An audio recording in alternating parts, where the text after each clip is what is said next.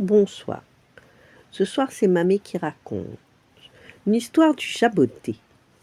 Il était une fois un fils de meunier qui, à la mort de son père, hérita d'un chat.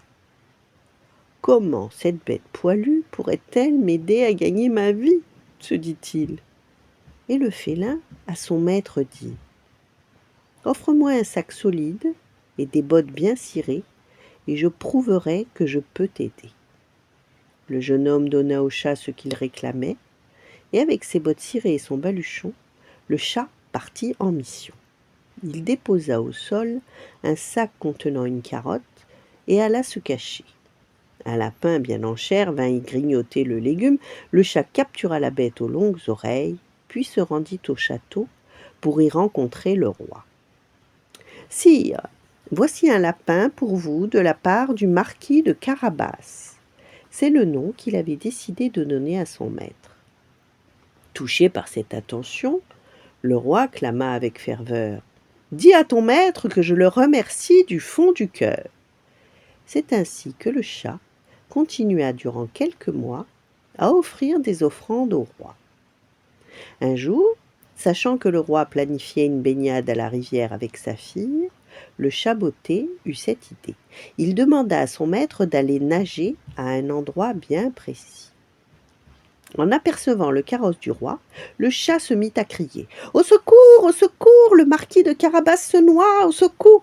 Le roi reconnut aussitôt le chat qui lui avait tant de fois apporté du gibier. Il ordonna à ses gardes de sauver le marquis. Le coquin félin inventa toute une histoire. « Sire, sire, des vilains voleurs ont dérobé les vêtements du marquis alors qu'il se baignait. » Le roi se tourna vers le fils du meunier. « Mais c'est un scandale, mon pauvre ami. J'envoie mes officiers sur le champ au château, et je vous offrirai des habits. » Une fois vêtu, le jeune maître avait l'étoffe d'un prince, dans ses habits magnifiques. Le jour suivant, le chat botté passa devant le gigantesque château d'un ogre très riche. Le félin entra dans le manoir et surprit le géant en plein festin.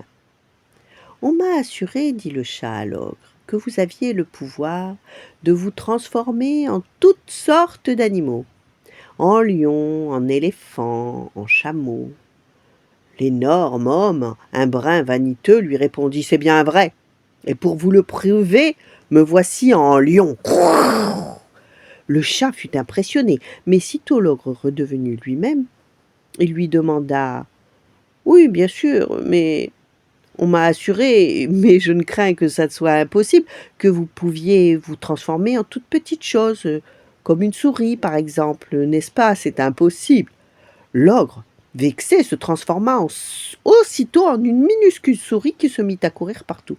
Le chat bondit sur la bestiole et n'en fit qu'une seule bouchée. Le roi et la princesse, qui passaient par là, cognèrent à la porte du somptueux château. Le chat botté fit la révérence. « Sire, bienvenue dans la demeure du marquis de Carabas. »« Comment ?» s'étouffa le roi. « Ce palais appartient à ton maître ?» La princesse et le jeune fils de meunier tombèrent alors amoureux. Lors d'une fête, on réunit leurs cœurs. Le chat botté fut consacré grand seigneur, et depuis ce jour, il ne court plus après les souris que pour s'amuser et pour son plus grand bonheur. Voilà, bonne nuit, faites de beaux rêves et à demain.